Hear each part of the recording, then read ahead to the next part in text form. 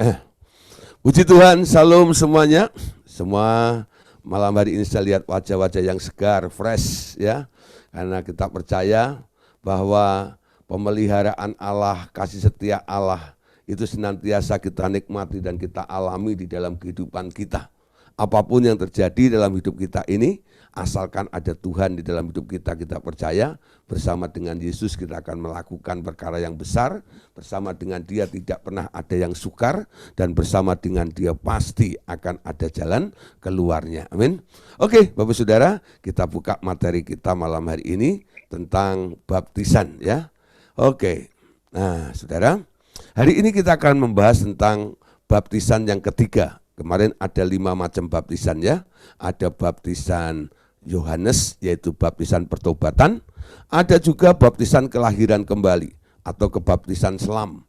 Baptisan yang diajarkan atau diperintahkan oleh Tuhan Yesus dalam amanat agungnya tersebut. Nah, Bapak Saudara, sekarang kita masuk dalam baptisan bagian yang ketiga, yaitu baptisan Roh Kudus ya. Baptisan Roh Kudus. Nah, Bapak Ibu Saudara, tentang baptisan Roh Kudus ini semua orang pasti ya suka dengan acara baptisan Roh Kudus. Dulu ketika kami masih ada di dalam wadah gereja Rumah Doa Segala Bangsa, kami setiap hari Kamis mengadakan event ya dengan dengan tema atau judulnya adalah Malam Pengurapan Ilahi. Jadi semua orang yang hadir itu adalah orang-orang yang rindu dan haus untuk dilawat, untuk diurapi, ya, mengalami kepenuhan roh dan sebagainya. Nah, bicara tentang baptisan Roh Kudus sangat excited ya. Semua orang mikirnya, wah, karena mulai terobsesi dengan apa yang tertulis di dalam Kisah Para Rasul 1 ayat yang ke-8. Kamu akan menerima kuasa kalau Roh Kudus turun ke atas kamu, ya, dan kamu akan menjadi saksiku. Nah, kata kuasa itu loh, itu yang selalu diincar, itu yang selalu diharapkan. Kalau aku dibaptis Roh Kudus, aku akan punya kuasa. Ketika aku punya kuasa, aku menjadi orang yang powerful. Aku menjadi orang yang berkuasa. Saudara, nah oleh sebab itu mereka rela membayar harganya. Kadang-kadang walaupun dianjurkan, mari saudara yang akan menerima baptisan Roh Kudus atau kepenuhan Roh Kudus silahkan berpuasa lebih dahulu. Nah, mereka rela tidak makan supaya dapat karunia-karunia atau kuasa tersebut. Nah, Bapak Saudara, bicara tentang baptisan Roh Kudus malam hari ini, ya. Sekarang siapa sebenarnya yang punya hak untuk membaptis dengan Roh Kudus itu siapa? Kita harus mengerti. Jadi sebagai pelayan Tuhan atau hamba Tuhan, kadang-kadang ya, kenapa kita mengadakan pelayanan baptisan Roh Kudus seperti ini ya, tapi ya kok tidak ada ya, bisa ditanganin ya. Lah, kok bisa ya, ada yang tidak terjadi manifest dan ada yang bisa. Nah, sekarang kita tahu segala sesuatu harus tepat pada mekanismenya. Ya. Jadi ada bagian-bagian karena alam roh itu tertib. Jadi Anda tentang baptisan Roh Kudus ini minta siapa yang beroperasi, siapa yang mengerjakannya. Nah, coba lihat sekarang ya dalam Markus pasal 1 ayat yang ke-8. Di sini katakan ya, menurut Yohanes Pembaptis, sebenarnya siapakah yang ditunjuk atau menjadi pembaptis dengan Roh Kudus itu? Markus 1 ayat 8.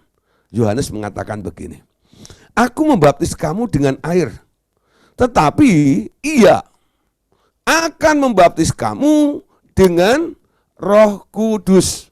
Perhatikan di sini ya. Yohanes berkata, aku membaptis kamu dengan air, tetapi Ia akan membaptis kamu dengan Roh Kudus. Jadi ceritanya begini. Ketika itu banyak orang yang datang kepada Yohanes untuk dibaptis, yaitu baptisan pertobatan. Ya. Ketika banyak orang sedang dibaptis itu muncullah satu pribadi yang namanya Yesus. Lalu Yesus, ya, ketika Yohanes itu melihat Yesus ada di situ, ya, dia stop dulu kegiatan baptis membaptisnya. Lalu dia menunjuk kepada Yesus. Lihatlah, itu anak domba Allah yang menghapus dosa manusia. Jadi semua khalayak, semua orang yang hadir di situ diarahkan untuk melihat kepada satu pribadi itu, yaitu pribadi Tuhan Yesus, ya. Nah, setelah itu Yohanes berkata begini, dengar saudara, hari ini Anda lihat, aku membaptis kamu dengan air sebagai tanda pertobatan ini. Tapi, perhatikan ya, tangannya Yohanes itu menunjuk kepada Tuhan Yesus. Jadi kata iya ini boleh Anda ganti, yang dimaksud oleh Yohanes adalah Tuhan Yesus. Amin. Kalau Anda tidak mengerti sejarahnya, kronologinya, nanti Anda bisa tafsirkan siapa saja.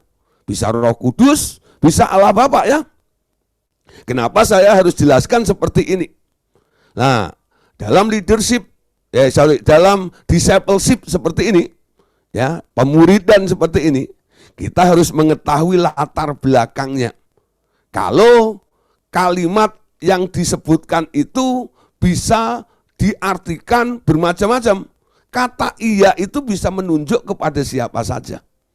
Tapi untuk lebih tepatnya, ketika kita mengetahui latar belakangnya, kita akhirnya bisa memastikan yang dimaksud iya di sini adalah Tuhan Yesus. Amin. Saya harap Bapak Saudara bisa menjelaskan dan mengerti, menangkap malam hari ini. Jadi kita bisa ganti, ya. Kita boleh katakan begini, aku membaptis kamu dengan air, Yohanes, ya. Tetapi Yesus akan membaptis kamu dengan Roh Kudus. Pemberitahuan dari Yohanes ini merupakan ketetapan, ya, bahwa yang punya hak untuk membaptis Roh Kudus adalah Tuhan Yesus. Jadi kalau Anda berdoa nih, saya sedang mengadakan ibadah, ya, baptisan Roh Kudus atau pengurapan Roh Kudus. Saya mintanya kepada siapa? Saya minta kepada Tuhan Yesus. Tuhan Yesus, baptis kami hari ini dengan Roh Kudus. Kenapa? Dia yang ditunjuk oleh Bapa untuk melaksanakan sebuah tugas pembaptisan dengan Roh Kudus ini, ya, adalah Tuhan Yesus itu. Nah, Bapak Ibu Saudara, sekarang kita lihat, ya, enggak semua orang yang sudah dibaptis air, ya, ditenggelamkan itu, otomatis mereka itu langsung penuh dengan Roh Kudus. Ada yang ada juga. Saya pernah melakukan baptisan air, baptisan selam. Ketika orang saya baptis selam, tahu-tahu di dalam air dia bermanifestasi kepenuhan Roh Kudus, ya. Nah, kenapa bisa seperti itu? Ada sebuah peristiwa yang dicatat di dalam Alkitab, saudara, ya. Ketika rasul-rasul sudah mulai memberitakan Injil, mereka mengadakan ibadah atau semacam KKR begitu. Nah, tapi ada salah, ya. Ada salah yang perlu dikoreksi. Di sini dikatakan apa yang terjadi setelah jemaat di Efesus mengkoreksi baptisan mereka dengan baptisan kelahiran baru, dan Paulus meletakkan tangan atas mereka, ya. Nah, saudara, ini terjadi, ya, di jemaat Efesus. Kita lihat dulu ayatnya dalam Kisah 19 ayat yang ke-6. Dan ketika Paulus menumpangkan tangan di atas mereka, turunlah Roh Kudus ke atas mereka, dan mulailah mereka berkata-kata dalam bahasa roh dan mulai bernubuat. Amin. Nah, saudara, ketika itu, ya, di Efesus sedang terjadi penuaian jiwa-jiwa. Karena ada seorang penginjil muda, ya, namanya Filipus, ya. Filipus itu dari kota ke kota, dari Samaria dia keliling terus untuk mengadakan apa? Mengadakan penginjilan. Banyak orang-orang yang bertobat. Karena apa? Filipus itu telah dipenuhi oleh Roh, dipimpin oleh Roh, dan kemana saja dia melayani, selalu disertai dengan tanda-tanda mujizat. Sehingga pernah terjadi, ada seorang yang berlagak tahu, yang suka sombong, ya, yang sok sombong seperti itu. Namanya adalah Simon, tukang sihir, ya. Nah, dia mengikuti Filipus, pengen tahu apakah yang dilakukan oleh Filipus itu. Ketika mereka mengikuti Filipus, ternyata Simon tukang sihir ini baru mengerti sebuah kebenaran. Kenapa? Dia mulai membandingkan dengan apa yang dia bisa lakukan. Dia pernah melakukan sesuatu yang membuat kagum banyak orang, sehingga orang-orang mulai mengikuti dia kala itu. Ya, nah, tapi saudara, tapi kita lihat saudara ya, ketika Simon tukang sihir ini mulai melihat apa yang terjadi dalam pelayanan Filipus ini, dia kaget. Kenapa? Karena apa yang dilakukan mujizat itu bersifat permanen. Ya. Tukang ilusionis itu hanya mempengaruhi jiwa dan sugesti orang saja. Tapi yang dilakukan oleh Filipus itu adalah benar-benar real. Orang buta melihat, orang lumpuh berjalan, orang sakit disembuhkan, ya, orang pincang ya bisa berlari seperti itu. Mujizat-mujizat terjadi. Lalu sampai akhirnya Simon tukang sihir itu rela untuk dibaptis oleh Filipus. Jadi Filipus itu selain dia menginjil, selain dia bikin KKR, kesembuhan ilahi, ternyata dia juga membaptis banyak orang. Ya. Nah, melihat tuaian jiwa yang begitu besar dan banyak itu, rasul-rasul yang ada di Yerusalem mengirim ya Paulus dan Petrus untuk datang ke sana. Untuk apa? Memfollow up, ya. Coba kamu lihat, itu heboh sekali, luar biasa. Ayo bantu kamu senior-senior ini, ya. Apa yang dilakukan oleh Filipus itu. Lalu datanglah Paulus dan Petrus sampai ke situ. Ketika Paulus dan Petrus tiba di sana, Filipus mempersilahkan seniornya itu untuk berbicara di mimbar. Ya, silakan senior, ya. Sekarang inilah orang-orang sudah kumpul, apa yang bisa dibagikan silakan bagikan, ya. Akhirnya Paulus ya, dia berdiri di mimbar. Ketika melihat orang-orang begitu banyak dan antusias dan haus itu, ya, Paulus ya, mengajak mereka untuk menyembah Tuhan. Mari saudara-saudara, angkat hatimu, angkat tanganmu, tutup matamu, buka hatimu. Kita sembah Tuhan. Paulus mulai berbahasa roh. Oh ya raralalalalamu yantanaya sikana yaralama. Oh dinamaralama sikana yaralama kana yaralamu. Ya, tapi apa sudah? Ketika Paulus ini mulai berbahasa roh, itu semua jemaat yang ada di depannya itu enggak ada yang buka mulut. Tadi ketika diajak bermazmur, terima kasih Tuhan, aku mengucap syukur, haleluya, engkau baik. Wow, mereka bisa mengikuti dengan ekspresi apa yang dia rasakan tentang Tuhan di dalam hidupnya.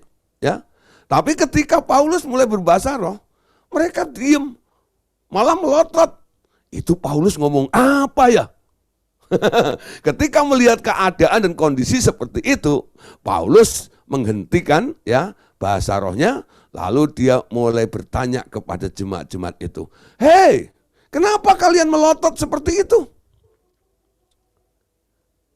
Kenapa kalian melotot memandangi aku seperti itu? Ada yang mewakili, Anda tadi itu ngomong apa?" Paulus bilang, ini namanya bahasa roh. Apa itu bahasa roh? Hah? Kalian itu belum tahu bahasa roh? Nah, selama ini kalian ini dibaptis dengan cara apa? Ternyata saudara, Filipus itu membaptis mereka dalam nama Tuhan Yesus. Nah, ini bagi kalangan atau kelompok Jesus only, ya akan bingung di sini. Kenapa orang yang dibaptis dengan dalam nama Yesus gak kepenuhan Roh Kudus? Karena ketika orang itu menumpangkan tangan, yang dimasukkan cuma satu pribadi, yaitu Tuhan Yesusnya. Roh Kudus dan Bapa tidak diikut sertakan ada di situ. Padahal Yesus berkata, baptislah mereka ya dalam nama Bapa, Anak, dan Roh Kudus. Jadi kalau saya membaptis orang, ya, saya selalu katakan, aku baptis engkau dalam nama Bapa, dalam nama Anak, dan dalam nama Roh Kudus. Di dalam nama Tuhan Yesus. Ada orang-orang kadang-kadang salah ngomongnya juga. Sudah betul sih, dia sebut 3 pribadi. Tapi setelah dia sebut dalam nama Allah Bapa, dalam nama Tuhan Yesus, dan dalam nama Roh Kudus, yaitu Tuhan Yesus. Lah, salah lagi di sini. Artinya apa? Pengertian tentang 3 pribadi yang Anda sebut itu Anda simpulkan Bapa Anda anggap itu Tuhan Yesus. Ya, Yesus ya Yesus. Roh Kudusnya ya Yesus juga. Bapa, Yesus, dan Roh Kudus itu berbeda. Pribadi yang berbeda satu dengan yang lainnya. Ketika Anda membaptis orang, tumpang tangan, kalau hanya Anda sebut Yesus tok, yang masuk ya hanya Yesus. Roh Kudusnya enggak masuk. Itu yang terjadi di jemaat Efesus. Mereka sudah dibaptis. Oh sudah. Tapi kenapa mereka tidak kepenuhan Roh Kudus? Karena waktu dibaptis itu hanya dibaptis dalam nama Yesus. Akhirnya Paulus mengkoreksi baptisan itu. Saudara yang belum menerima baptisan Roh Kudus hari ini, angkat tangan semuanya. Kalian sudah dibaptis dengan nama Yesus. Sekarang aku akan membaptis kalian semuanya dalam nama Yesus dengan Roh Kudus itu. Angkat tangan. Nah, lalu Paulus mulai mendekati orang-orang yang angkat tangan itu. Dan dikatakan tadi, maka penuhlah mereka dengan Roh Kudus. Lalu mereka mulai, Paulus langsung, dan ketika Paulus menumpangkan tangan di atas mereka, turunlah Roh Kudus ke atas mereka, dan mulailah mereka berkata-kata dalam bahasa roh dan bernubuat. Ya. Jadi Kisah 19 ayat 6 ini, inilah mekanismenya, cara untuk mengimpartasikan ya supaya Roh Kudus turun ke atas mereka. Dengan cara apa? Dengan cara penumpangan tangan di atas mereka. Ketika penumpangan tangan itu terjadi, turunlah Roh Kudus ke atas mereka. Dan dampaknya adalah mereka mulai berkata-kata dalam bahasa roh. Nah, saudara, kita lihat ya, akibat daripada orang dibaptis Roh Kudus. Apa akibat langsung yang nampak orang lain ya ketika rasul-rasul itu membaptis ya, rasul-rasul itu penuh dengan Roh Kudus pada hari Pentakosta ya. Nah, saudara kita lihat ya, apa akibat langsung yang nampak oleh orang lain ketika rasul-rasul itu penuh dengan Roh Kudus pada hari Pentakosta. Nah, kita lihat dalam Kisah pasal 2 ayat yang keempat.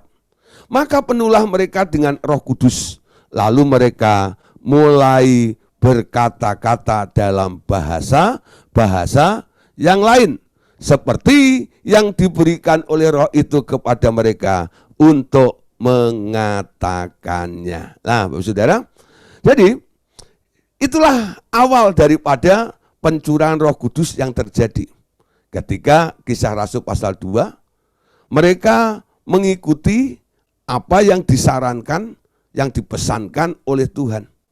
Kamu harus tinggal di kota ini sampai kamu dilengkapi dengan kuasa yang maha tinggi. Mereka dengar-dengar. Ketika Yesus sudah diangkat, ya, hari ke-40 itu, Yesus naik ke surga, mereka kumpul di loteng Yerusalem. Dia sewa tempat di situ, ya, di loteng di lantai 2 itu. Dia berkumpul selama 10 hari. Nah, tradisi ini sekarang masih dilakukan oleh khususnya orang-orang aliran Pentakosta. Ya. Nah, Bethel itu termasuk aliran Pentakosta, Saudara, ya. Ya, walaupun namanya Bethel. Ya, GBI itu dulu awalnya dari Pentakosta. Pendirinya dulu sekolah Alkitabnya di GPDI Batu Malang, Om Ho itu namanya, ya. Lah mendirikan sinode sendiri. Tapi masih, ya, itu namanya aliran Pentakosta, ya, Pentakosta. Nah, Saudara, ada Pentakosta, ada Baptis, ada Metodis, ya. Nah, Bethel itu termasuk Pentakosta juga, ya. Nah, Saudara, mereka, ya, orang-orang yang dibaptis ini pada waktu itu, ya, mereka menanti-nantikan, dan sekarang tradisinya masih dipegang oleh orang-orang aliran Pentakosta. Nanti ketika sudah mulai hari Paskah, ya, setelah hari Paskah, Jumat Agung, kebangkitan, nah nanti hari yang ke-40 yaitu adalah hari kenaikan Tuhan Yesus. Setelah itu gereja-gereja Pentakosta akan melakukan kegiatan yang namanya 10 hari menanti Roh Kudus. Dari mana itu awalnya? Asalnya. Ini Kisah Rasul pasal 2. Menanti Roh Kudus. Memang waktu itu Tuhan Yesus berjanji, kamu harus tinggal di kota ini sampai kamu dipenuhi dengan kuasa dari tempat yang maha tinggi. Wah, Saudara, ternyata Saudara, ketika mereka sudah ada di tempat itu, Roh Kudus melawat mereka.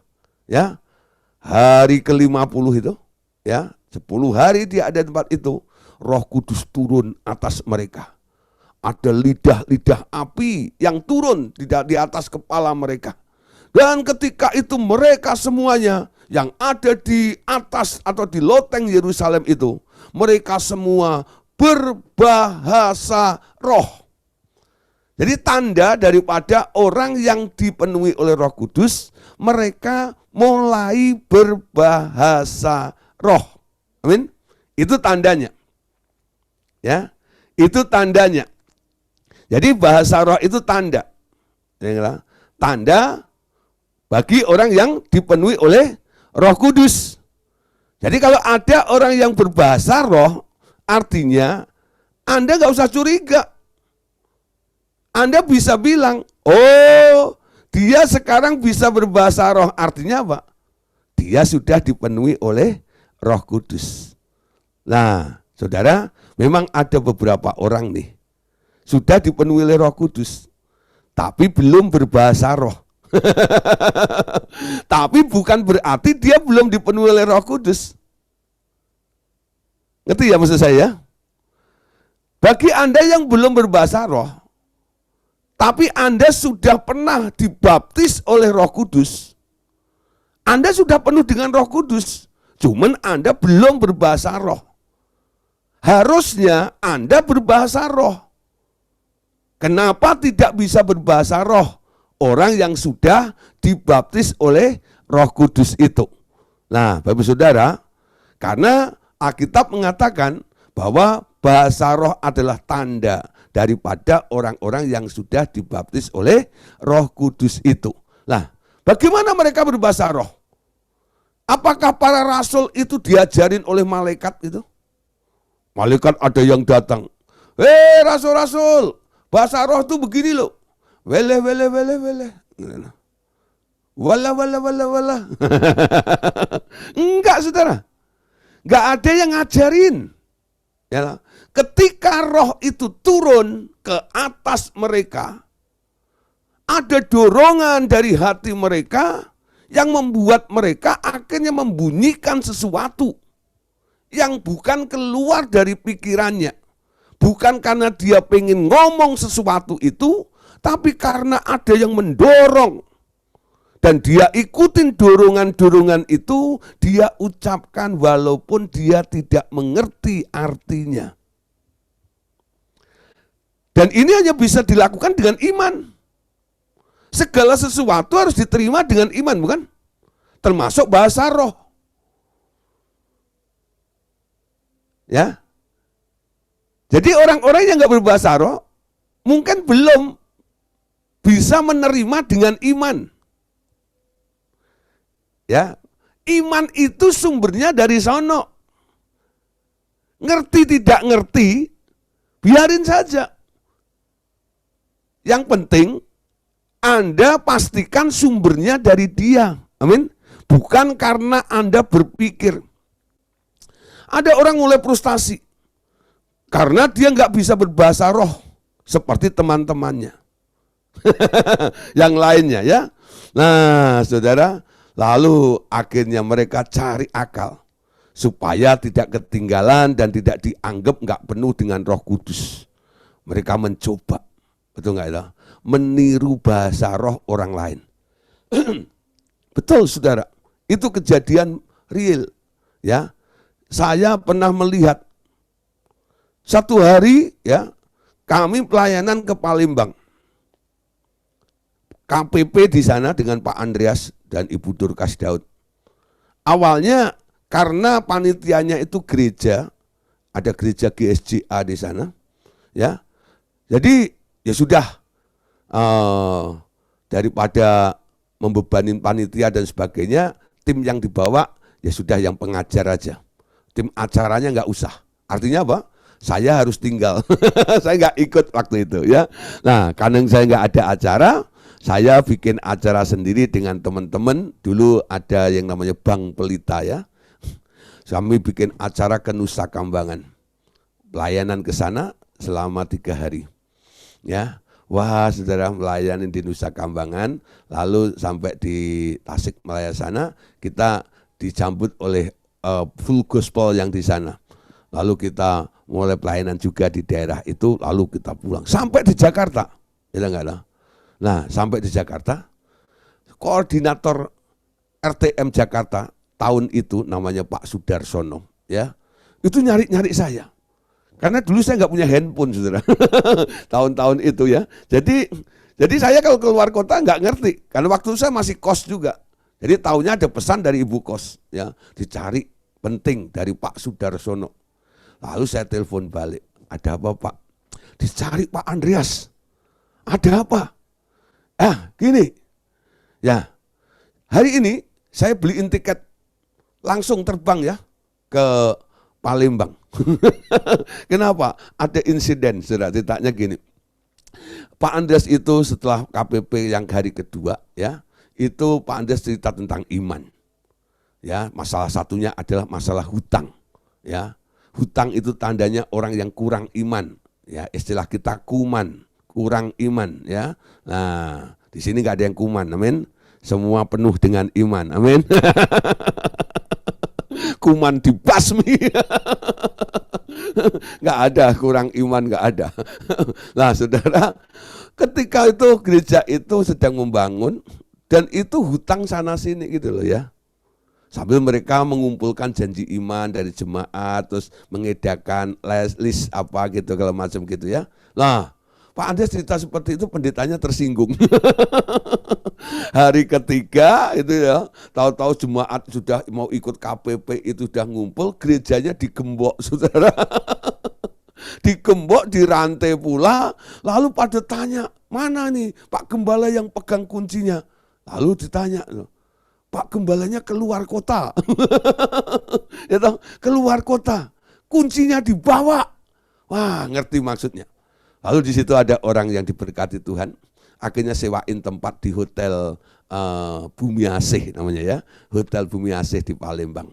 Saya sekaligus Pak Andreas, Pak Bu Daud dan Pak Erwin waktu itu loh nginep di hotel itu. Nah, karena di hotel itu mereka sekarang butuh tim acara dong. Nah, dia cari saya. Gideon, gitu, gitu. Nah, datang ke sini, gitu, gitu. Nah, kalau udah ada saya, ya sudah nih ya. Saya berdiri sambil main keyboard, sambil nyanyi, gitu, gitu, mimpin acaranya. Nah, ketika saya sudah sampai di sana, dijemput sama orang yang membiayai itu, hotel dan meneruskan kegiatan itu ya. Nah, lalu waktu dijemput Pak Gideon, ya, segini Pak. Nah, mau makan? Nah, udah siang dia bilang, ya iyalah Pak, lapar saya bilang gitu ya. Nah, saudara, tapi gini Pak ya, sebelum makan Pak, gimana kalau kita nyembah Tuhan dulu? Saya pikir ini rohani banget ya. Belum makan aja diajak nyembah saudara. Ya, dia nggak tahu perut saya lapar. Ini musiknya udah keroncongan nih. Nanti kalau saya ikutin dia sampai bisa dangdutan. Nah, saudara, akhirnya ya sudahlah. Ya gini, istri saya jago masak Pak. Ya, nanti kita ke rumah dulu sambil menunggu istri saya masak. Kita menyembah Tuhan dulu ya. Nah, akhirnya oke gitu ya. Ketika sudah sampai di ruang tamunya, tanya lagi, Pak Gideon, pakai keyboard atau pakai gitar? Lah saya bilang, terserah Bapak, gitar boleh, keyboard juga boleh. Akhirnya dia kasih keyboard ya. Sekaligus Pak, ini keyboard yang akan kita pakai nanti di hotel, Bapak coba dulu. Oke, ya akhirnya saya ajak nyembah. Sebelum saya menyembah sudah, dia pesan satu lagi. Pak Gideon, nanti tolong kalau berbahasa roh yang panjang-panjang ya. Saya nggak curiga apa-apa sudah. Gitu. Saya menyembah Tuhan aja. Saya berbahasa roh, oh ya rala marala mando ya nakana ya rala se, oh ya rala bo ya rala, nyembah sambil mencium aroma itu ya, sedap. Inna rala masekana ya rala bo. Nah akhirnya selesai, ya nah sudah selesai, makanlah. Lalu meneruskan acara sampai akhirnya. Acara hari terakhir, ada inner healing, ada baptisan Roh Kudus, ada pengurapan. Karena saya di panggung, saya melihat semua audiens tuh, termasuk si bapak itu, ketika ditumpangi tangan sama Pak Andreas dan Ibu Daud, ya, Ibu Daud bagian perempuannya, Pak Andreas bagian lakinya, saya yang jaga panggungnya. Sambil berkata, ayo terima dalam nama Yesus. Lebih lagi, ayo mengalir. Pak Andreas di bawah, mau ketepok. Itu bapak itu ngejublek, saudara. Kayak patung. Saya baru tahu, saudara. Ya, orang yang devosi kepada patung. Nanti kalau di hadirat Tuhan, dia manifestasinya mirip patung, ngejublek. Ya, ngejublek. Jadi yang cari Tuhan masih ngadep patung, ya enggak itu?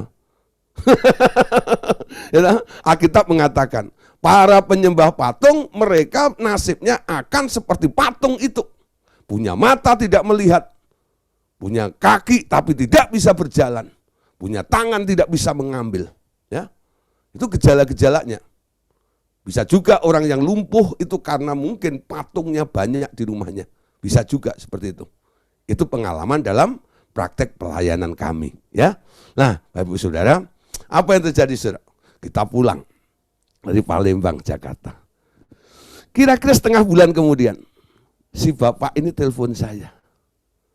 Telepon, ya. Pak Gideon. Bapak, ya. Ada apa? Tumben telepon, ya. Lalu mereka bilang ini, saya mau pamer nih. Pamer apa dalam hati saya ya? Pamer kok ditelepon, ya. Nah, kalau sekarang kan bisa video call. Dulu belum ada. Telepon aja, teleponnya ibu kos waktu itu. Nah, mau pamer apa Pak? Nah Pak, ya, saya sudah bisa berbahasa roh. Saya kaget. Kapan Bapak bisa bahasa roh? Kala itu ketika urapan Allah terjadi luar biasa, lawatan Roh Kudus luar biasa terjadi, Bapak itu ngejublek seperti itu. Kok bisa berbahasa roh itu gimana? Kok Bapak nggak percaya? Ya buktiin aja deh sekarang. Di telepon itu dia bahasa roh, saudara. Bahasa rohnya bagus sekali. Tapi lama-lama ketika dia berbahasa roh itu, saya mulai sedikit, saya kok familiar dengan bahasa roh itu ya. Saya kok kenal dengan bahasa roh itu. Nah akhirnya dia stop, selesai. Lalu saya tanya, Pak, gimana mujizat itu terjadi? Saya candain ya. Gimana mujizat itu terjadi kok Bapak sampai akhirnya bisa berbahasa roh? Si Bapak ini kata gini, Pak tahu nggak ya, apa? Ya, ketika saya menjemput Pak Gideon itu, ketika kita menunggu istri lagi masak itu, kita kan menyembah Tuhan ya. Ketika itu Bapak menyembah Tuhan, berbahasa roh banyak-banyak kan? Oh iya, terus apa hubungannya dengan itu? Tahu nggak Pak? Ya, waktu itu saya rekam. Jadi waktu Pak Gideon itu berbahasa roh, saya rekam. Lalu saya tulis. Wele wele wele. Urapakan ayando. Hitukan ayatake.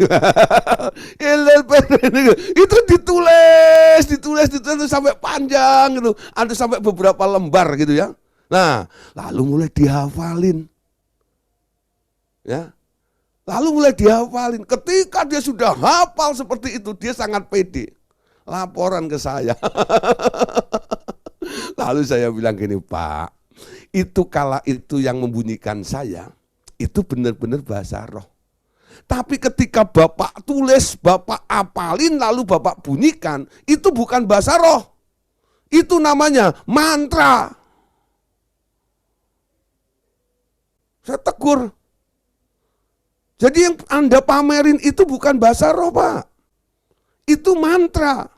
Tapi kan Pak Gideon mengucapkannya bahasa roh. Iya. Karena sumbernya bukan karena saya mikir. Bukan karena saya hafal. Tapi ada dorongan dari hati saya. Dan saya ikutin dorongan itu sampai akhirnya saya bersuara seperti itu. Itu nggak pernah keluar dari pikiran saya.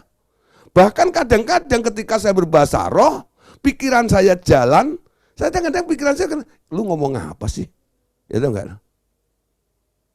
Ya, lu ngomong apa sih? Itu enggak? Berbahasa roh. Nah, saudara, banyak orang seperti itu. Kalau tidak, saudara, kadang-kadang nih ya, supaya gereja itu kelihatannya jemaatnya semuanya sudah berbahasa roh, ya, lalu dipancing. Ya, kadang-kadang WL-nya ini yang dari atas, ya loh, mereka mulai menyembah Tuhan, saudara, ya loh, tirukan, ya. Lalu WL-nya mulai hirama kata kuri mana ya, selalu diakhiri di kata sik, sik, gitu. Nanti saudara, itu jemaatnya semuanya bahasa rohnya selalu diakhiri dengan kata sik semuanya, ya, ngikutin pola WL-nya yang ada di depan tadi itu. Loh, saya mulai ngerti itu. Jadi kalau ada orang mulai berbahasa roh seperti ini gitu ya. Nah, saya percaya WL-nya itu berbahasa roh betul. Tapi jemaat itu kadang-kadang angka ikut, ngikuti gaya daripada WL itu.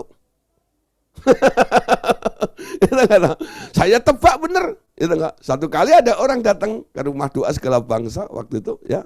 Dia mulai ikut kebaktian ya, waktu di doa pelepasan hari Rebunya. Siang gitu ya.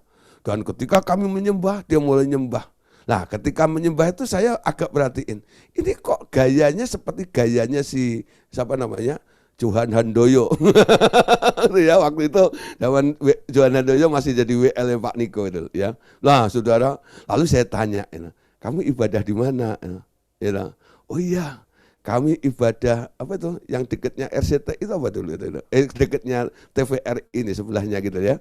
Nah, itu gedungnya dulu ya, sebelum pindah ke Senayan itu, dulu ada di situ itu, ya. Nah, gedung pemuda itu loh, ya loh. Ada di situ itu. Enggak heran gue bilang. Kenapa?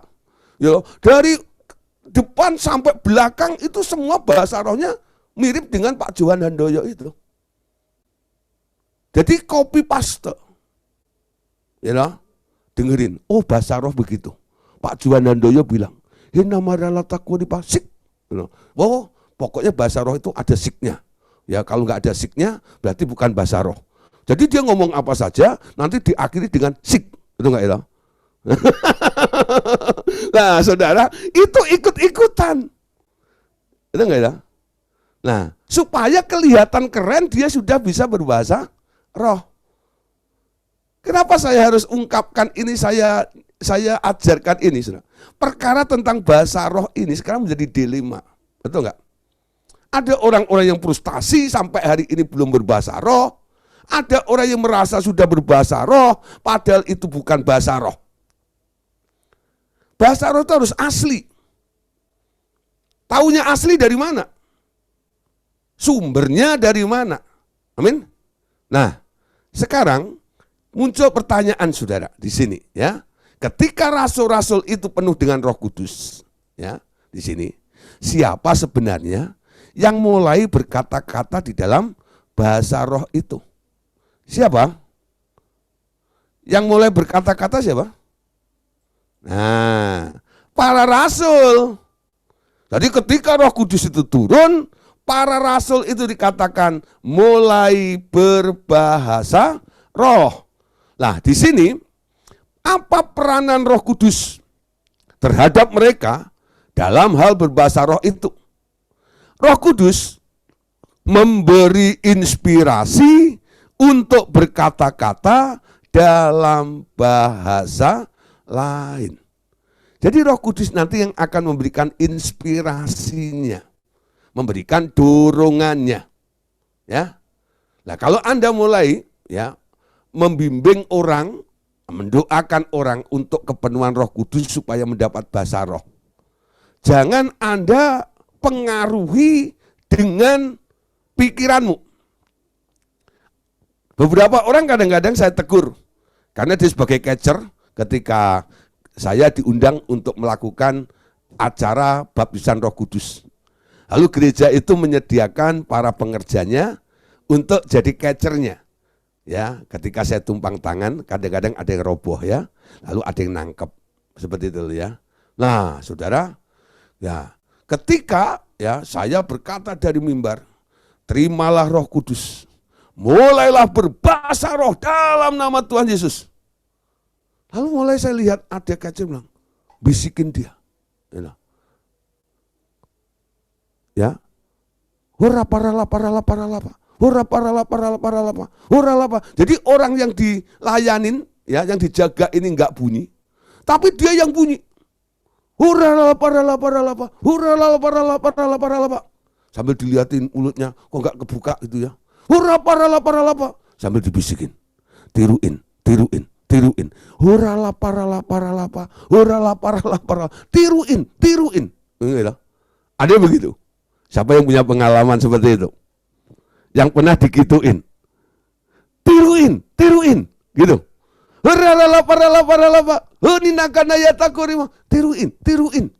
Dengar. Kalau enggak Anda berbahasa roh kenceng-kenceng di dekatnya supaya nyamber, katanya. Ya, supaya nyamber. Siapa mempengaruhi siapa? Bukan Anda yang mempengaruhi orang itu. Keaslian dari bahasa roh itu sumbernya harus dari dia. Dia yang memberi inspirasi, bukan upaya atau usaha Anda untuk mempengaruhi orang yang akan mendapatkan bahasa roh itu. Amin. Nah, saudara, orang-orang seperti itu kadang saya tegur, stop, ya loh. Jangan, Pak, kan perlu dipancing, katanya gitu ya. Saya tambah geli, saudara. Jadi saya tegur, jangan disuruh meniru gitu. Maksud saya gini, Pak, supaya dia bisa berbahasa roh kita pancing dulu. Oh, saya bilang, emangnya bahasa roh itu ikan kamu pancing? Dipancing. Nggak usah main pancing-pancingan juga. Amin. Nah, siapa dulu yang kena pancingan? Ayo, coba, ada nggak di sini? Pasti ada bekasnya. Bekas pancing. Ayo, ya. Siapa dulu yang berbahasa roh dipancing?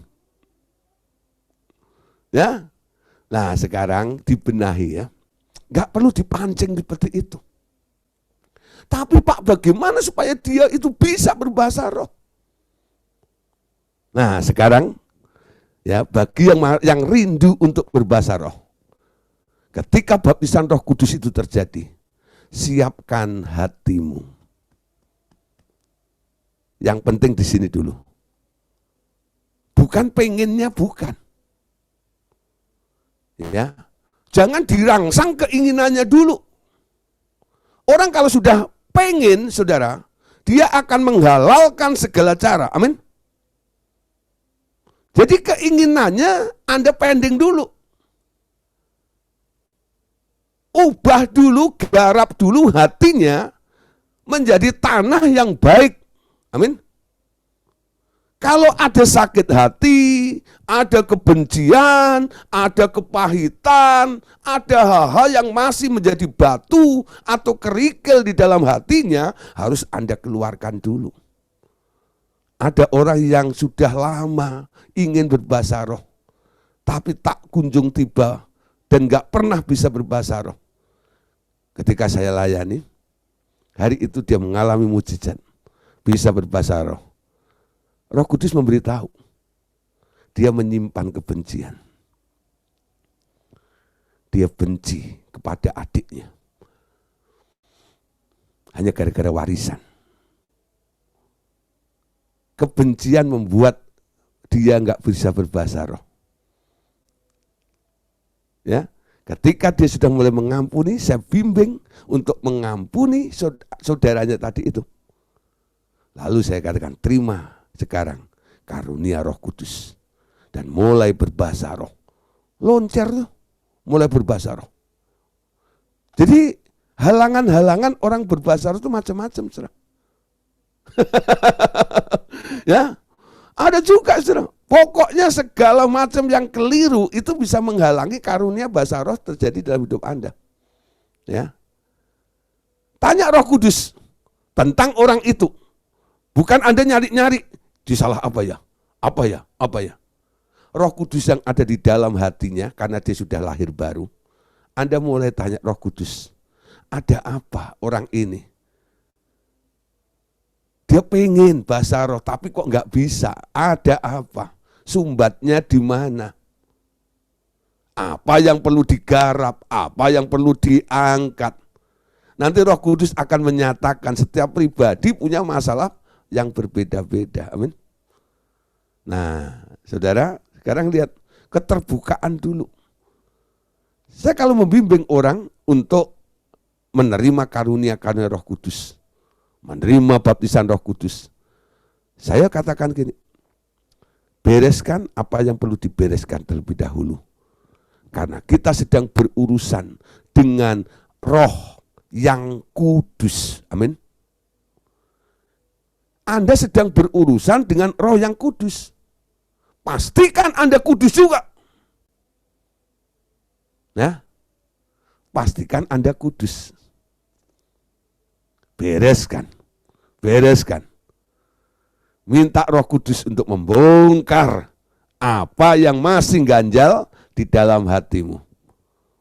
Beresin, beresin. Nanti kalau itu udah selesai, ya. Nah, yang kedua, suruh dia rileks. Jangan tegang. Ya. Jangan tegang. Ada beberapa orang, saudara, ketika dia dibaptis Roh Kudus, dia tegang. Ya. Jadi tegang karena keinginan yang pokoknya aku seperti gitu loh, ya. Nah, bagaimana caranya? Nanti apa bunyinya, itu berkecamuk di dalam pikirannya dia. Orang yang model seperti itu malah nggak bisa dapat. Karena apa? Dia terganggu. Ketika Roh Kudus akan masuk, karunia itu akan mengalir. Itu seperti bendungan, ya, seperti apa nih, benteng yang ada di dalam pikiran dia, ya. Karena apa? Roh Kudus itu mau mengalir sesukanya. Tapi Anda mau atur, Anda bikin formatnya sendiri. Roh Kudus kalau mau hadir, Roh Kudus kalau mau bermanifestasi, harus caranya begini, rasanya seperti gini, harus ada greng sedikit, harus ada gedek sedikit, harus ada maknyes sedikit lah. Anda mikir sendiri. Roh Kudus itu mulai Anda setir. Ketika Anda setel Roh Kudus, itu enggak ya? Roh Kudus enggak datang. Anda enggak dapat ya karunia-karunia itu. Jadi dalam hidup Anda, khususnya bahasa roh ini. Amin. Nah, coba mulai rileks ya. Pasrah tapi bukan pasif. Gitu ya. Ada orang pasrah pasif. Artinya apa? Ya ini orang sudah bowat istilahnya. Aduh, sudah usaha nggak bisa gini. Ya udahlah kalau gitu. Ya itu pasrah pasif, ya, putus asa. Nah, Anda berserah, tapi ada harapan mempersilahkan Tuhan yang bekerja di antara Anda. Saya nggak mikir bagaimana caranya. Saya tidak mikir nanti bagaimana bentuknya, saya tidak mikir bagaimana nanti suaranya. Yang penting saya siapkan hati saya. Ya. Jadi yang pertama beresin hatinya, yang kedua rileks. Yang ketiga, karena namanya bahasa roh, Alkitab mengatakan itu bahasa lidah. Ya. Bahasa lidah. Jadi ini melibatkan lidah Anda. Kalau mulutmu bungkem, Anda tutup rapat, gitu ya, ngeden itu namanya. Ada yang ditumpangi tangan tuh, gitu. Itu nggak bisa bahasa roh nanti. Kenapa? Dia harus melibatkan ini loh, lidahmu. Disebut bahasa lidah. Kadang-kadang saya anjurkan, coba melet, ya, coba lidahnya dijulurkan, ayo coba digerakkan lidahnya, itu enggak ya? Saya enggak ngomong ayo bersuara, enggak. Saya hanya bilang lidahnya digerakkan, mulutnya dibuka. Nah setelah itu saya bilang ikuti dorongannya. Ikuti dorongannya.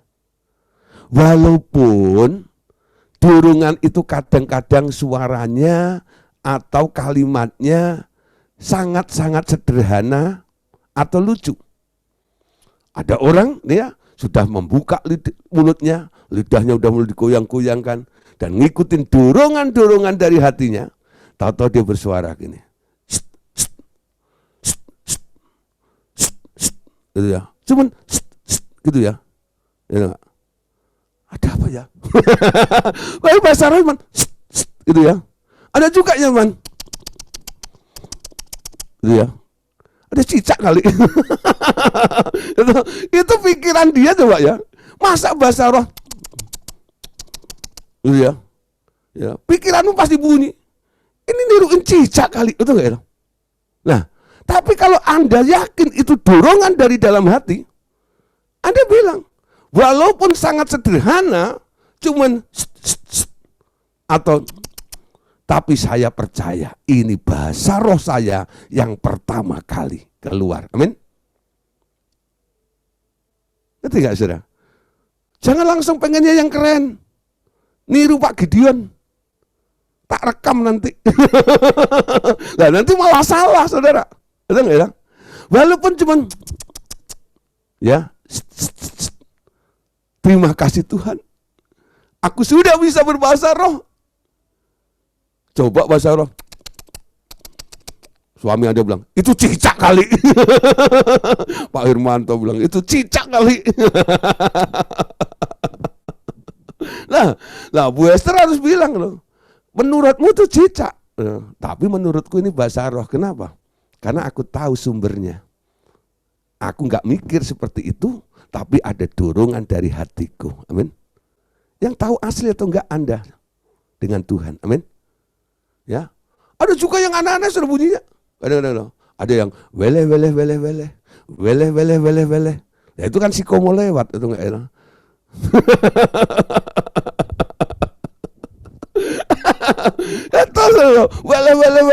Wele. Tapi kalau itu memang dorongan dari hati Anda, terima aja dengan iman. Amin. Nah, ya. Nanti kalau otak Anda, pikiran Anda berkata, itu salah kali. Betul enggak itu? Ya. Anda katakan aja, ya salah atau benar itu nggak tahu, nggak ada dosanya. Itu nggak ada dosanya, itu nggak tahu, ya kan Anda lagi belajar, amin, nggak ada dosanya, itu nggak tahu. Banyak orang kadang-kadang terbentur di situ, gimana nanti kalau salah, ya seperti orang ya dia takut jatuh, anak takut jatuh waktu belajar jalan, sampai kapanpun si anak ini nggak akan bisa berjalan, betul nggak? Kenapa? Dia takut jatuh. Tuhan juga ngomong, kamu ketika anak-anak begini, jangan takut salah. Selama kamu ingin belajar, Roh Kudus membawa. Nanti kalau salah akan dibenerin sama Roh Kudus. Amin. Nah, tapi jangan dituntun, jangan diarahkan dengan pikiran Anda, keinginan daripada pemimpinnya itu. Biar dia punya hubungan dengan Tuhan, mengalami dengan Tuhan, mendapatkannya langsung dari Tuhan. Amin. Baru itu bahasa rohnya asli, saudara. Bahasa roh yang asli ada powernya. Ya, ada powernya. Ya, ketika Anda bunyikan itu, wah saudara, gak ada roh yang mampu bertahan di hadapan Anda. Kenapa? Karena Anda membunyikan bahasa yang rahasia, yang hanya Anda, roh Anda yang tahu dan Allah yang tahu. Nah, saudara, apapun bunyinya, cecek-cecak atau ngusir bebek, atau weleh siko mau lewat, ya. Atau mungkin kian lama sekali, ya. Sandal lama, sandal baru, terserah, nggak peduli apa bunyinya, betul nggak? Yang penting sumbernya dari dia, ya. Ketika saya tumpang tangan kepada seseorang, saya katakan, Tuhan Yesus, baptis dia dengan Roh Kudus. Mari Roh Kudus manifestasikan dirimu di dalam diri orang ini. Berikan dia kata demi kata, kalimat demi kalimat. Saya tidak suruh niruin, tapi saya memberikan instruksinya. Kalau orang itu belum bisa menangkap atau mengambil, paling jauh saya membimbingnya seperti itu. Roh Kudus manifestasikan kuasamu, karuniamu, beri dia sekarang kata demi kata, kalimat demi kalimat, supaya dia bisa berbahasa roh dalam nama Tuhan Yesus. Nah, saya nggak ngajarin, saya hanya menolong karena dia nggak bisa menarik, ngerti nggak? Itu tugas mentor seperti itu. Sehingga Anda punya pengalaman Roh Kudus datang kepada Anda. Nah, ketika Anda sudah mulai bermanifestasi, kita dukung. Ayo, kamu sudah. Terus ya. Nah, soal benar atau salahnya nanti, itu bukan urusan Anda. Nanti Roh Kudus akan mengoreksi. Ya, kalau salah, Roh Kudus akan lenyapkan. Tapi kalau benar, itu akan jadi permanen dalam hidup Anda. Mulai berbahasa roh.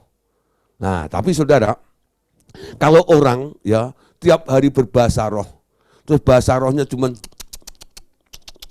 sampai kapanpun juga, ayo kita nyembah Tuhan gitu ya.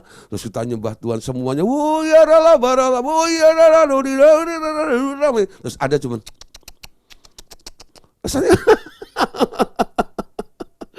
atau teman begitu doang gitu ya. Saya menemukan saudara, ya, ada orang yang boleh dibilang kelasnya sudah leaders. Dia punya persekutuan, punya anak rohani. Ketika berdoa bersama dengan saya, lalu berbahasa roh, bahasa rohnya masih ada di daerah.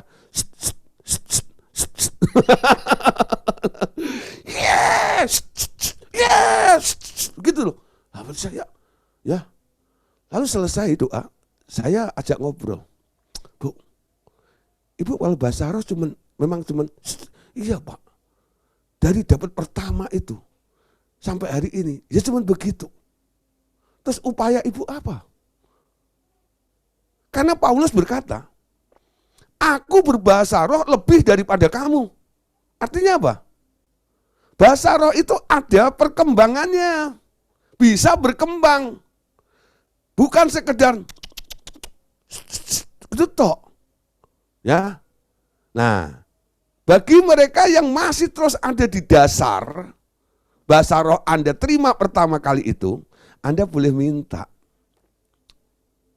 Roh Kudus, berikan aku kata demi kata, kalimat demi kalimat, tambahkan perbendaraan kata dan kalimat dalam berbahasa roh ini. Amin. Anak kecil awal-awal, ya, dia bisa ngomong, bunyinya gimana? Papa, mama. Betul enggak? Lapar. Nah, itu anak kecil ya, bunyinya cuma begitu. Papa, mama, lapar. Itu enggak itu? Tapi kalau sudah remaja atau sudah menjadi dewasa, ya, lalu bunyinya masih seperti itu. Papa, mama, lapar. Nah, Anda lihat orang kayak begitu, Anda bilang orang apa? Orang idiot. Papa, mama, udah gak ada. Mama, mimi, cucu. Cuma gitu doang. Umurnya udah 40 tahun. Ngomong kayak begitu. Nah, lucu dong. Dalam kerohanian sama. Sudah berapa lama Anda berbahasa roh? Kalau bahasa roh masih standar seperti itu, Anda boleh minta peningkatannya. Tambahkan kata demi kata, kalimat demi kalimat. Nanti bahasa rohmu mengembang, saudara. Bukan weleh tok. Dan bahasa roh itu nanti akan ada variasinya. Karena ada dua macam bahasa roh. Ada senolalia dan ada glosolalia. Nah, glosolalia itu yang kayak tawon tuh. Dan nggak ngerti artinya apa. Tapi senolalia itu bahasa roh ya, yang mengandung pengertian yang ditujukan kepada seseorang. Boleh dikatakan itu nubuat yang masih terselubung. Paulus berkata, jika di antaramu ada yang berbahasa roh, bahasa roh apa di situ? Senolalia. Harus orang itu menerjemahkan, menafsirkan bahasa roh itu supaya orang-orang di sekitarnya dikuatkan dan diberkati. Kalau tidak, dia tidak dapat menafsirkannya, dia harus berdoa supaya ada orang yang ada di antaranya itu yang dapat menafsirkan bahasa roh itu. Ya. Nah, ketika rasul-rasul, dalam Kisah Rasul pasal yang kedua itu, mereka berbahasa roh. Apa yang terjadi? Ternyata di bawah itu lagi ngumpul banyak orang. Ada orang dari Skit, ada orang dari Barba, ada orang dari Arab, dan macam-macam semuanya.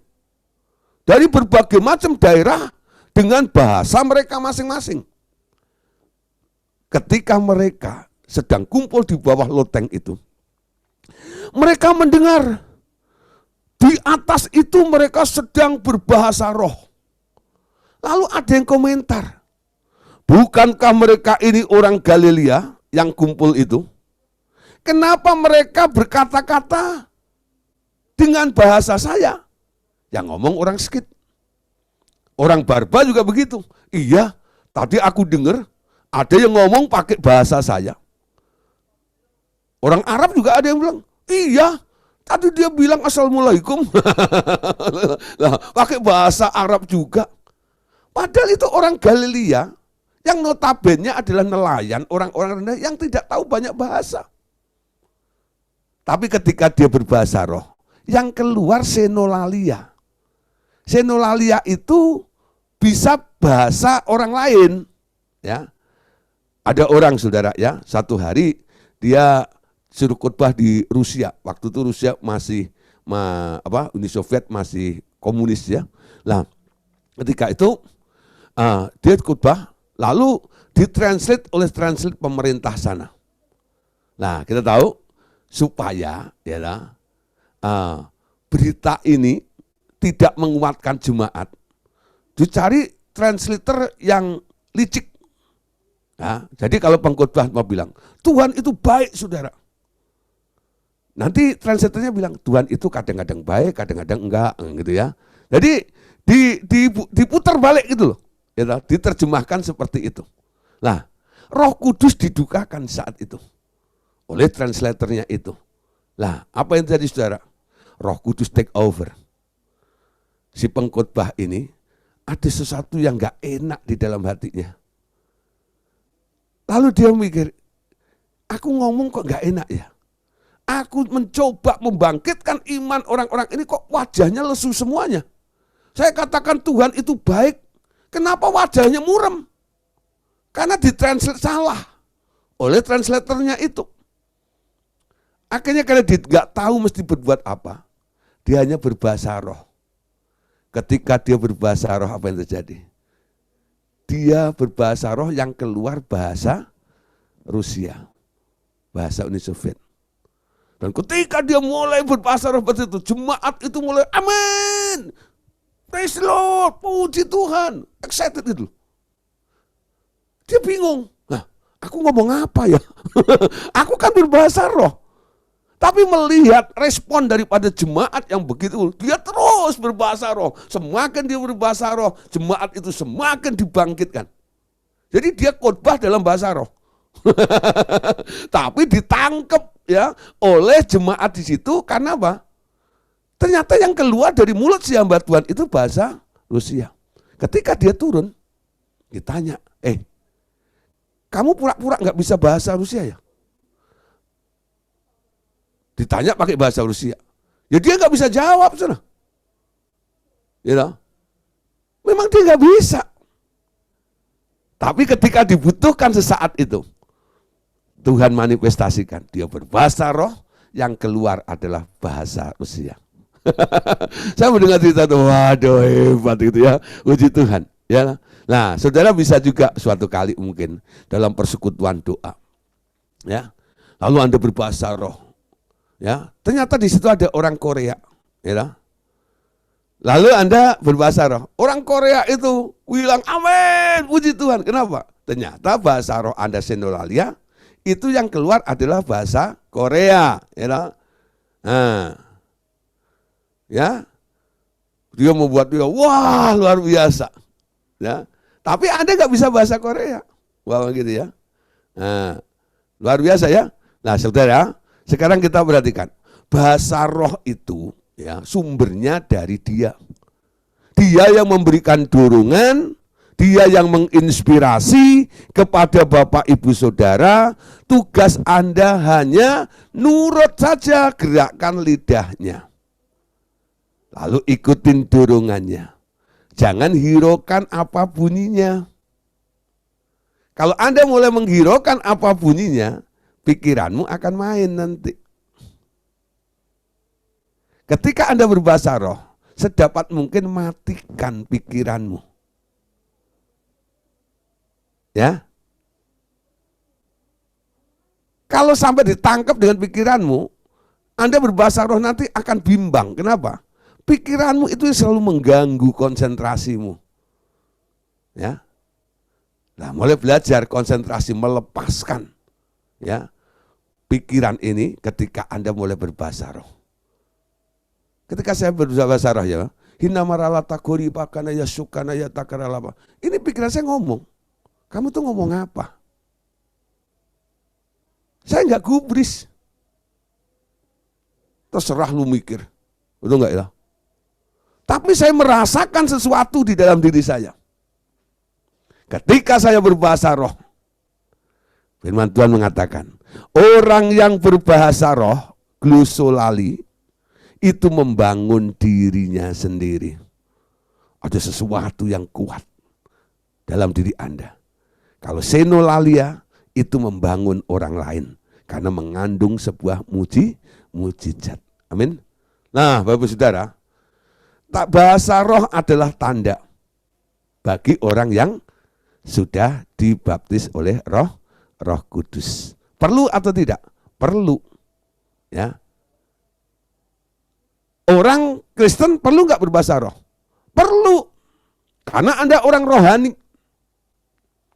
Ketika Anda masuk dimensi roh, roh itu akan membantu Anda berdoa dengan keluhan-keluhan yang tak terucapkan. Bagaimana caranya? Kalau saya udah nggak ngerti mesti ngomong apa, saya cuma satu, saya berbahasa roh saja. Ketika saya bahasa roh, saya bisa berkomunikasi, ya, dengan dia. Saya bisa bersuka cita. Kadang-kadang saya bisa menangis dalam berbahasa roh. Jadi ekspresinya macam-macam ketika orang berbahasa roh, tergantung konteksnya apa. Anda sedang berbicara tentang apa dengan Allah. Karena orang yang berbahasa roh, dia tidak sedang berbicara dengan manusia. Ya, atau dengan dirinya sendiri. Tapi dia sedang berbicara dengan Allah. Amin. Berbahasa roh. Dia mengerti bahasa. Ya lah. Nah, mulai hina marala kataku dinakasi karala paralama. Oh iya rala kataku iya nayata karalama. Ada ledakan-ledakan yang terjadi di dalam diri Anda. Ketika Anda tidak mengerti harus berkata apa. Amin. Penting itu. Ya, berbahasa roh. Amin. Nah, setelah Anda berbahasa roh, nanti karunia-karunia yang lain akan mengikutinya. Ada karunia nubuat, ada karunia menafsirkan bahasa roh, ada karunia membedakan roh, betul nggak? Ada karunia iman, ada karunia kesembuhan, ada karunia hikmat, makrifat. Itu akan melengkapi semuanya. Sehingga 9 karunia roh itu nanti akan bermanifestasi dalam diri Anda. Tapi basicnya dulu di bahasa roh ini. Ketika Anda mampu berbahasa roh, Anda bisa menjangkau dengan mudah semua fasilitas yang ada di alam roh. Dengan Anda bisa berbahasa roh, Anda bisa berinteraksi di alam roh dengan mudah. Amin. Sama seperti Anda tinggal di Amerika. Nah, kalau Anda tidak bisa berbahasa Inggris di sana, Anda masih bisa hidup di Amerika, tapi penuh dengan keterbatasan. Amin. Beli apa-apa pakai bahasa isyarat. Ya, tapi kalau Anda bisa berbahasa roh, Anda sebagai manusia roh, Anda jauh lebih leluasa untuk mengetahui ini dan mengetahui itu. Amin ya. Karena apa? Itu penting semuanya. Amin. Bapak Saudara, ya. Saya harap pengertian-pengertian seperti ini, ya, tangkap baik-baik, bahwa pastikan Anda sudah dibaptis oleh Roh Kudus, oleh Tuhan Yesus. Amin. Karena Dia yang diberi tugas untuk membaptis orang percaya dengan Roh Kudus. Lalu setelah itu Anda menurut, tangkap inspirasinya Dia.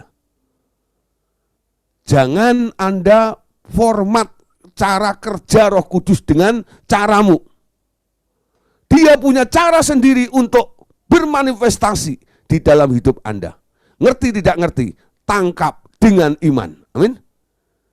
Nah, ketika Anda mulai lakukan itu, hasilnya luar biasa. Amin. Oke, puji Tuhan. Tuhan Yesus memberkati semuanya. Amin.